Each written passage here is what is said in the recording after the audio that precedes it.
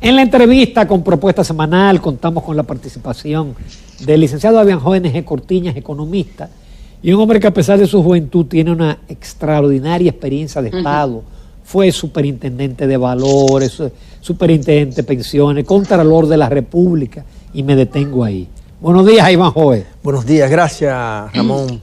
Bienvenido, Avianhoe. Por tenerme nueva vez, al igual que Patricia también. Ahí tenemos a Patricia. Bienvenida. Gracias. Avianhoe, está de moda la palabra rebrote. Pero hay otra que tú la usaste en un artículo que se llama rebote. Sí. Tú vaticinabas que se iba a producir un rebote en la economía porque era lógico. Si en abril cayó un 29 con el país cerrado, era de esperar que con la reactivación de una serie de sectores hubiera un rebote. Ahora bien, mi pregunta es, ¿tú esperabas un rebote de esa magnitud tan grande, 41 y pico %, y que además en abril la economía creciera 3.3 por encima del 19, que estábamos normal, operando por encima de su potencial la economía? Fíjate, dos cosas. Ciertamente se produjo un rebote, tanto en marzo, que creció en más de 10%, sin ponderal, como en abril, que creció en 47% sin ponderal. Ahora, si usted ese rebote lo hace desde el punto de vista ponderal, es decir, rebote ponderal, entonces el crecimiento es menor. Para el mes de abril del año 2021... Al pueblo explícale lo de ponderal. El de ponderal es que usted le descuenta el decrecimiento del mes anterior del año de referencia. Digamos, en el mes de abril del año 2020, la tasa de decrecimiento fue de menos 29%. Ese menos 29 usted se lo resta al 47, entonces usted tendrá un rebote ponderal positivo, en este caso de alrededor de un 16 o un 17%. O sea que aún con el rebote ponderal o sin el rebote ponderal, estamos hablando de que la economía ha crecido. Ahora, el segundo aspecto o la segunda narrativa que uno puede construir a partir de este tema es el que tiene que ver con que tal vez en un ejercicio de mayor transparencia la autoridad pública debió de explicar que este rebote ponderal positivo o rebote normal de 47 o 16% de tasa de crecimiento no fue ajustado desde el punto de vista del ajuste por estación. Es decir, cuando una variable tan importante como el PIB es calculada en un momento tan esperado como el mes de abril del año 2021, usted tiene que desestacionalizar el cálculo a través de un método que existe, el método de desestacionalizar una variable, con el objeto de limpiar las variables que inciden positivamente o bien negativamente en la variable que usted está calculando. En este caso, el PIB, de seguro que intervinieron variables incidentales, como por ejemplo el hecho de que la autoridad monetaria dispuso de facilidades monetarias por más de 215,000 millones de pesos, cosa que no es típico en condiciones normales de la economía. Pues entonces esa es una variable que explica el tema de la expansión del PIB en la magnitud del 47% o bien en el 17 o 16% ponderal neto positivo. Y yo atribuyo ese crecimiento de la economía, que en cualquiera de las narrativas que uno pueda construir es positivo. Yo pienso que hemos iniciado la recuperación económica en la República Dominicana y ojalá esto sea sostenible. Yo digo que este crecimiento solamente tiene, digamos, o fue motorizado, fue favorecido por la iniciativa privada y en parte por la parte monetaria. El ámbito fiscal no influyó en esta tasa de crecimiento, por el hecho de que en los primeros 5 meses de este año, ya no solo los primeros 4 meses, de enero a mayo, según las últimas cifras que ha publicado la DIGEPRES, la Dirección General de Presupuesto, indica que de cada 100 pesos que gastó, 94 fueron gastos corrientes y 6 pesos fueron gastos de capital, ¿Qué significa eso? Entonces que el sector público no jugó el papel dinamizador a través de la inversión pública que normalmente acontece en economías como la nuestra, con un fuerte rezago en inversiones, tanto privada como pública, y tomando en cuenta aún más el hecho de que en el histórico de las inversiones públicas, aproximadamente un 15-16% de gasto de capital se ejecuta todos los años como parte del presupuesto de la nación. Por lo tanto, son las razones de orden monetario, así como la dinámica del sector privado, la que han impulsado el inicio de la recuperación económica para estos 2 primeros meses de recuperación, vale decir, marzo y abril del año 2021. Uno espera que esto pueda ser sostenible ante el hecho de que todavía existen serias amenazas en el ámbito sanitario como para sentir algún nivel de preocupación de que luego esto pueda convertirse en un comportamiento de W. Usted sabe que el comportamiento gráfico del PIB dominicano o el IMAE ha tenido una forma de V corta, pero si el COVID sigue avanzando como ha estado amenazando, pudiera colapsar nueva vez y entonces adquirir la forma de una W o W. Esa era, Iván Joy, una de mis preguntas. Tú hablas de una recuperación económica, pero quizás la mayoría de los dominicanos no contábamos con este rebrote tan fuerte que viene sucediendo de 2 semanas para la fecha, que realmente es preocupante, ya que las cifras sobrepasan en marzo, abril, mayo del año pasado. ¿Tú no crees que eso podría afectar seriamente sobre todo la producción local, los negocios? Ya se ven comunicados de restaurantes y de lugares que están cerrando en lo que la situación sanitaria pasa. O sea, eso no trae algún tipo de revés para la economía. Y me conecto con la parte, hace falta una reforma fiscal urgente. ¿Cómo se va a llevar a cabo en medio de todo esto? Definitivamente que la nueva ola, yo prefiero llamarle la nueva ola del COVID-19, vale decir, el alto nivel de contagio, que tiene una tasa de positividad que ronda el 23-24% diario. 28 para ser más preciso, como usted apunta, Ana Patricia.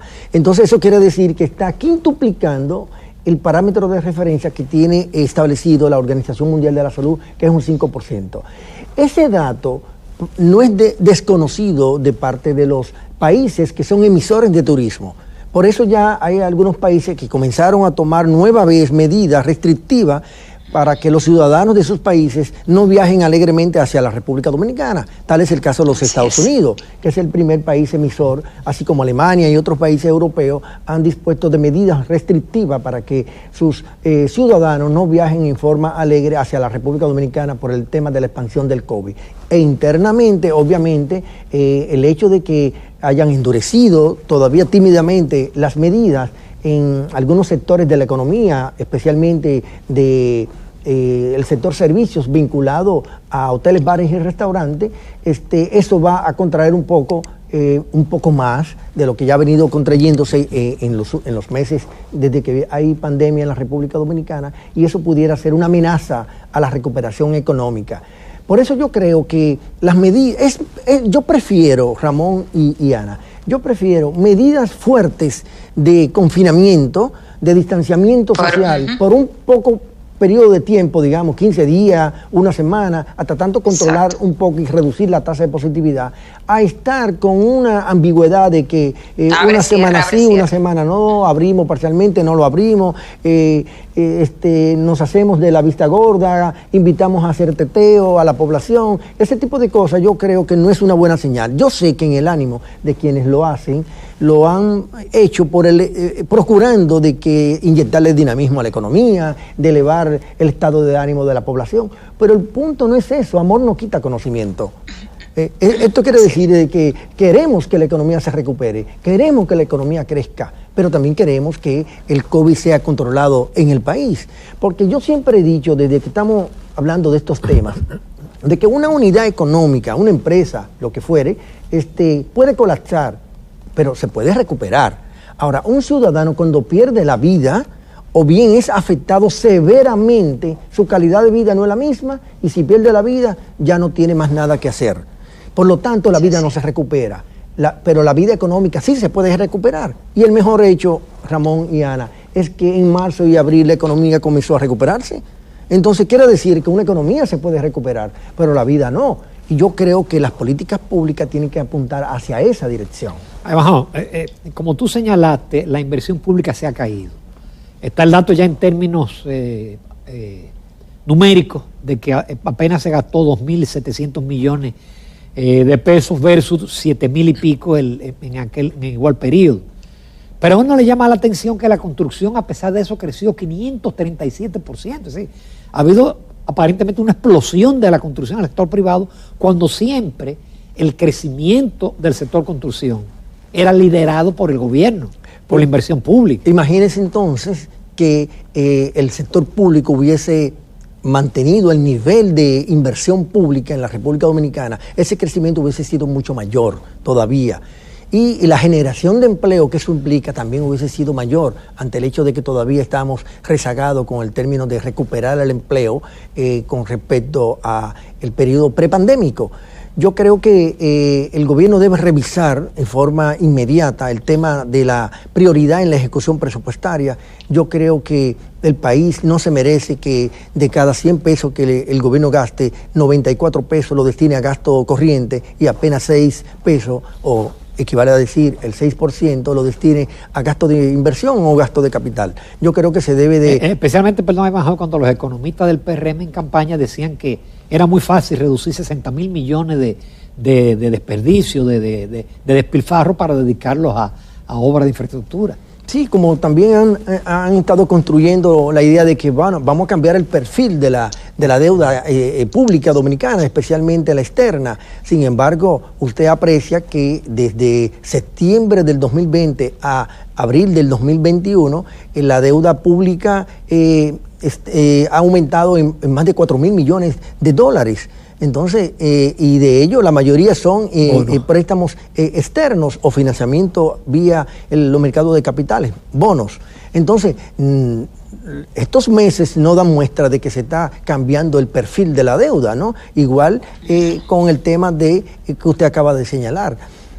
En campaña decían una cosa en términos del manejo de la ejecución presupuestaria, en cuanto a el destino, ¿no?, del gasto público, para favorecer el gasto social y para favorecer el gasto de capital. Pero las primeras señales muestran de que el gasto social sigue siendo el mismo, alrededor de un 46-47% del gasto total, y en el caso del gasto de capital o de inversión se ha desplomado.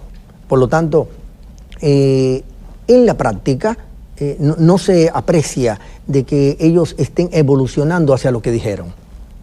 Perfectamente. Adelante, Ana Patricia. Ivanhoe, respecto a lo que te pregunté anteriormente, la parte de la reforma fiscal, de una reforma fiscal que es necesaria, es urgente, pero cómo manejarla en un momento de, como tú dices, vamos a hablar de una segunda ola de la pandemia y una incertidumbre realmente de la población, de todos los sectores, de la economía, del mundo. Sí, aunque, no, perdón, ya el presidente dijo que es en el 22 que va. Sí, cómo no. Bueno, pero todavía estamos a la vuelta de la esquina del 22, o sea, estamos a un mediado de año, y lo que se prevé o lo que se ve por lo menos es que hasta octubre, noviembre, pues el COVID seguirá fuerte si no se toman las medidas adecuadas. Como pudiste apreciar, Ana Patricia, también a uno se le queman las neuronas, ¿no? Yo olvidé que me habías hecho y formulado la pregunta del pacto fiscal. Fíjate, yo creo que hay consenso en el país de que al menos en los hacedores de opinión calificada, de que el pacto fiscal es necesario en la República Dominicana. Tal vez donde ha estado la discusión está en cuanto al sentido de oportunidad, y ya el gobierno entendió que el año 2021 no es el propio para impulsar una reforma, un pacto fiscal. Eso no quiere decir, yo diría, que no se inicie una mesa de diálogo, una mesa de negociación para ganar tiempo en torno a los distintos escenarios que se pueden construir y distintas fórmulas que se pueden plantear para superar los temas estructurales de las finanzas públicas dominicanas y del financiamiento público dominicano. Yo creo que la decisión es correcta, fue correcta, de que el presidente escuchara a quienes hemos estado opinando de que no es el momento oportuno para realizar un pacto fiscal ante el hecho de que todavía hay una enorme incertidumbre en el mundo y en el país, y apenas la economía se recupera. El país perdió años en tiempos de normalidad para propiciar un pacto fiscal y no, las autoridades anteriores no lo aprovecharon cuando no hubo crisis de ningún tipo, ¿no? Ahora que tenemos una crisis sanitaria y todavía con dificultades económicas en el mundo y en el país, pues el momento no es oportuno. Sin embargo, yo sí creo que el gobierno debe decir, comunicarle al país cuáles son los grandes desafíos que tienen y a qué aspira, para que todo lo que podemos opinar sobre estos temas, incluso de una manera formal o informal, nos vayamos acercando a lo que podría ser un pacto fiscal de carácter inclusivo y de carácter progresivo, que serían las dos condiciones que planteo, o precondiciones que planteo, para que una reforma de esta naturaleza no vaya a lacerar a los más vulnerables, como han sido, como el COVID, a quienes más ha afectado ha sido a los sectores más vulnerables. Pues uno espera que la salida del COVID no recaiga sobre los más vulnerables, y como el pacto fiscal es parte de la salida a los problemas fiscales o de las finanzas públicas que tiene el país, pues entonces no debe recaer, y de ahí lo de que el pacto fiscal debe tener un carácter progresivo, ¿no? Y que sea inclusivo en cuanto a que se le dé participación simétrica a todos los actores que deben participar en un diálogo como el que uno aspira, ¿no? Un poco para, de alguna manera, contrarrestar el tema de la pérdida, aumento de la pobreza por un lado, y por otro lado el descenso o la pérdida de valor de los salarios de los trabajadores, que han venido colapsando en las tres categorías de la grande empresa, que es de alrededor de 17,000 pesos mensuales, y el de la pequeña empresa, que es de alrededor de algo más de 10,000 pesos mensuales. Estos salarios nominales, obviamente en términos reales, es mucho menos de lo que dice lo que reciben los trabajadores cada mes.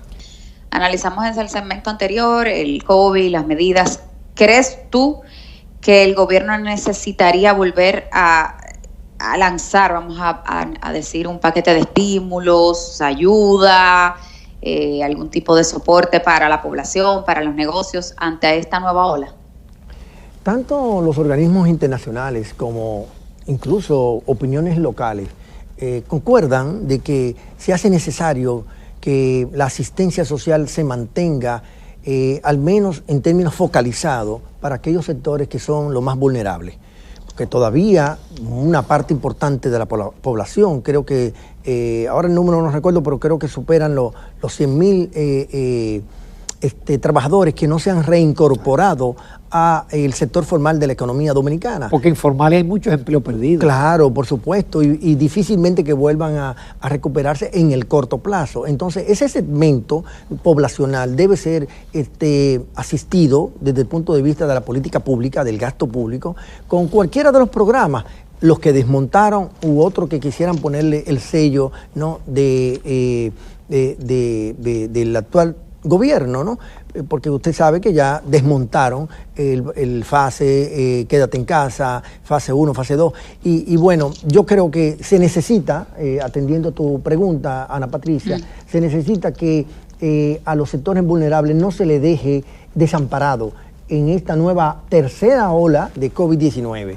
Porque en la medida que los negocios son cerrados, en esa medida también se requerirá de algún tipo de asistencia, aunque no sea tan masiva como la que aconteció en el año pasado y en los primeros meses de este año. Hay que recordar que si no hubiese sido por esa ayuda de asistencia social, la pobreza monetaria de la República Dominicana hubiera crecido más de lo que creció, que fue alrededor de un 3%, la pobreza monetaria general. Probablemente hubiese aumentado en un 5%, y esa mitigación de impacto positivo en este caso, yo creo que debe de ser el norte que debe guiar la ejecución de la política de gasto público. Yo favorezco de que los programas sociales permanezcan en forma focalizada y hasta cierto punto condicionada. Yo soy partidario de que a través de una política de incentivo, como fue promovida por 2 economistas premios Nobel, para el año 1995, mediante el cual entendían que dando incentivos a la población se podían lograr avances importantes en las metas y objetivos que una empresa o un gobierno se podían plantear. En el caso de la vacunación, por ejemplo, yo pienso que como un programa que todo el mundo está apoyando, una forma de incentivar a la población a que se vacune es condicionándolo a la ayuda social, o bien promoviendo... Buena idea. Promoviendo alguna acción. En Estados Unidos están brindando cerveza y marihuana. Sí, y están rifando boletos aéreos, destinos vacacionales. ¿Por qué? Porque es que allá en Estados Unidos fue que se concibió esta política pública a través de los incentivos que promovieron dos economistas norteamericanos y que por esa razón fueron objeto del Premio Nobel de Economía en el año 1995. Entonces, esa política de incentivo en cualquiera de los frentes que el gobierno tiene, pudiera promoverla y hay ganancia. Es un ganar-ganar. Gana la población porque se vacuna, gana el gobierno porque reduce el COVID y el contagio y al mismo tiempo le dota a la población de recursos que está necesitando para poder subsistir ante el incremento de los precios, ¿no?, que se está produciendo en la República Dominicana. A esa parte yo quería ir, Ivanhoe, el incremento de los precios por el impacto de los commodities, de los combustibles, el mismo aumento, la depreciación del peso dominicano, aunque se ha venido apreciando en los últimos tiempos. Sin embargo, a uno le llama la atención que ya la inflación enero-mayo es de apenas 2.69%, según el Banco Central, aunque la anualizada es de 9%. ¿Por qué eso no recoge el sentir de la gente gritando en los supermercados, la gente quejándose? Porque el IPC, o la tasa de inflación que calculan las autoridades monetarias, en el caso dominicano, en otros países es el Instituto de Estadística, como por ejemplo en Chile, pero aquí en la República Dominicana es el Banco Central que lo calcula. No toma en cuenta el imaginario social, es decir, aquel imaginario que la población construye a partir de su propia realidad. Yo he hecho ese ejercicio y en términos de lo que es una canasta mínimamente básica, valga la redundancia, de lo que realmente la gente compra en un colmado o bien en un mercado. Y en el caso del cálculo que he realizado, para esos 4 meses que la inflación ha sido la acumulada 2.69 y la interanual 9.95, en el cálculo de la inflación del imaginario social, considerando lo que opina la gente común y llana, a mí me ha dado más del 7% la inflación de los primeros 4 meses. Es decir, distinta a las 2.69 acumulado que dicen las autoridades. Entonces, ante el hecho de ese divorcio que existe entre el cálculo oficial que dan las autoridades y el que se puede calcular a partir del imaginario social, incluyendo la base de datos que publica Proconsumidor, que publica una encuesta semanal de la evolución de los precios, solo que lo hace en los grandes supermercados dominicanos, y eso no sería tan representativo como... No es lo mismo comprar una libra de arroz en un supermercado que comprar una libra de arroz en el colmado, y obviamente la clase menos favorecida a donde va es a los colmados, no va a los supermercados. Que son más caros. Son mucho más caros. Entonces es la inflación que calcula el imaginario social de la población llana. Por lo tanto hay que establecer una diferencia entre ambas. Esa es la razón por la cual ese aumento de la canasta, del valor de la canasta básica familiar dominicana, es lo que invita a que se produzca, se promueva un aumento, un ajuste salarial necesario en la República Dominicana, que no se hace desde el año 2019. En el histórico sabemos que el salario se ha ajustado entre un 14 y un 20%. Bueno, pues aspiramos a que la magnitud que sea, pero que sea ya, porque el salario dominicano de los trabajadores no resiste más pérdida en términos de su poder adquisitivo.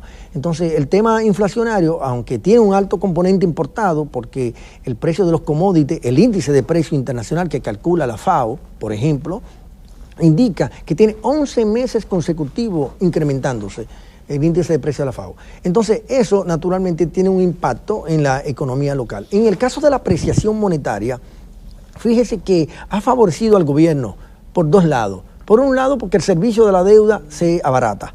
Y por otro lado, porque el PIB en dólares aumenta. Y el aumento ha sido partiendo de la reestimación del valor de la tasa de cambio que se calculó en el presupuesto nacional para un 62 y algo por 1, ahora está a 59 y algo por 1 la reestimación. Eso es lo que ha permitido que el PIB en dólares hoy día sea de 83 mil millones de dólares y no los 78 mil y pico de dólares que habían estimado en el presupuesto y en el marco macroeconómico para el año 2021. Entonces, ese incremento de casi 4 mil millones de dólares favorece dos cosas. Primero, favorece que la presión de la deuda calculada en base al PIB disminuya. Tanto la del sector público no financiero como la deuda consolidada. La del sector público no financiero ronda casi el 57% y la consolidada alrededor de un 70, casi 71%. Pero eso se debe a que el PIB en dólares ha crecido y al crecer el denominador favorece que el coeficiente sea menor, ¿no? Pero eso no quiere decir que el stock de la deuda no haya aumentado. Ha aumentado y hoy día supera los 47 mil millones de dólares el monto de la deuda pública interna y externa de la República Dominicana. Por lo tanto, estamos frente a que, y lo otro que decía del tema de la apreciación de la moneda que favorece al país y al gobierno en términos de presentar indicadores ante la comunidad internacional es que el ingreso per cápita en dólares aumenta ante el hecho de que el PIB en dólares ha aumentado y eso favorece el tema de la colocación de bonos en los mercados internacionales y ese tipo de cosas. Claro que sí. Entonces, Iván Joe, la percepción y la realidad van totalmente divorciadas de la mano en este momento. Bueno, la percepción de la población está casada con la realidad. Tal vez los datos oficiales no están casados con la realidad. Exacto. Ahí sí yo lo pienso de esa manera, porque el imaginario social es el resultado de la cotidianidad, es el resultado del trabajo que pasa el ciudadano para poder comprar los bienes y servicios que necesita a diario. Entonces, esa realidad que tienen los dominicanos a diario es lo que le permite a ellos decir que los determinados datos oficiales no los representan. Y yo me pongo en su lugar, porque ciertamente es así, no es lo mismo una libra de arroz en un colmado que una libra de arroz en un supermercado. Pero además también el hecho de que los patrones de consumo han variado en esta crisis y aunque el Banco Central ha cambiado, ha ajustado la metodología para el cambio de año base, para el cálculo del IPC, como quiera, siempre hay un rezago en términos de poder incorporar esos cambios que se producen culturalmente hablando de la población respecto a lo que es su canasta básica. Afortunadamente los economistas de la oposición no están jugando el mismo papel. Principalmente yo recuerdo en el gobierno de Leonel Fernández que los economistas de la oposición cuestionaban las cifras del Banco Central de crecimiento. Así es. La cuestionaban. Así es. De manera permanente. Sin embargo, ahora, qué bien que no se cuestione, aunque en la mayoría de los países el índice de inflación y las cuentas nacionales la calculan organismos diferentes al Banco Central. Porque en ese caso el Banco Central es juez y parte. Así es. Hay algunas opiniones en el país de que debe ser la Oficina Nacional de Estadística o bien el nombre que se le quiera colocar ante cambios legales en términos de lo que sería el registro y el cálculo de indicadores importantes como el de la inflación, como el del PIB. Porque ciertamente el Banco Central se constituye en juez y parte en cuanto a que registra, calcula, tabula y publica toda esta información. Y pudiera haber un sesgo, ¿no?, en el manejo de la información. Sin embargo, yo creo que ese es el patrón que tenemos y sobre ese patrón es que hay que opinar. Por ejemplo, cuando decía lo del PIB, yo hacía la acotación de que en términos de transparencia hubiese sido mejor que el Banco Central diga, bueno, si hubiésemos ajustado el cálculo del PIB y lo desestacionalizamos, entonces el crecimiento hubiese sido tanto y no el 47%. Ofrece el dato del 47% y ofrece el dato del PIB desestacionalizado. Y de esa manera los agentes económicos, el público en general, se sienten más representados en la información que le está proveyendo la autoridad. Y yo creo que eso no le quita calidad a la autoridad, más bien le otorga mayor calidad, porque es un ejercicio de transparencia en términos de el manejo de ese tipo de información que ellos saben calcularla y pueden presentarla, y además también porque tienen la mejor base de datos para realizarlo. Bueno, qué pena no tener más tiempo, Iván Joe, como siempre muy agradecido de tu participación, del tratamiento de estos temas económicos Contigo no da tiempo a hablar de política. Vamos a tener que hacer un programa nada más de política y de la fuerza del pueblo. Cómo no, a sus órdenes. Gracias, Evanjoé. Continuamos, amables televidentes, con propuesta semanal.